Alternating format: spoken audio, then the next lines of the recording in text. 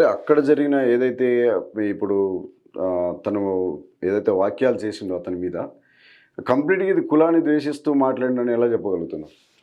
Come జాతి అంటే అర్థమైంది. జాతి అంటే అర్థమైంది. క్యాస్ట్. అంటే సార్ నేనేమంటున్నా అంటే ఇక్కడ చిన్న కన్క్లూజ్ ఏమనుకోవద్దు. అంటే అతను ఆ జాతికి చెందినోడని అతనికి ఎలా తెలుసు? అతనికి అక్కడే వాళ్ళ షాప్ అక్కడనే. ఓకే.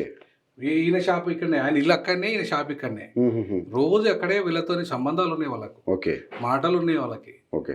అంటే తెలుసు వాళ్ళకి. అక్కడ ఇప్పుడు ఇప్పుడు హైదరాబాద్‌లో గూడా ఇప్పుడు వినోద్ కుమార్ అంటే ఎవరంటారబ్బా? వినోద్ కుమార్ అప్పర్ కాస్ట్ అంటారా?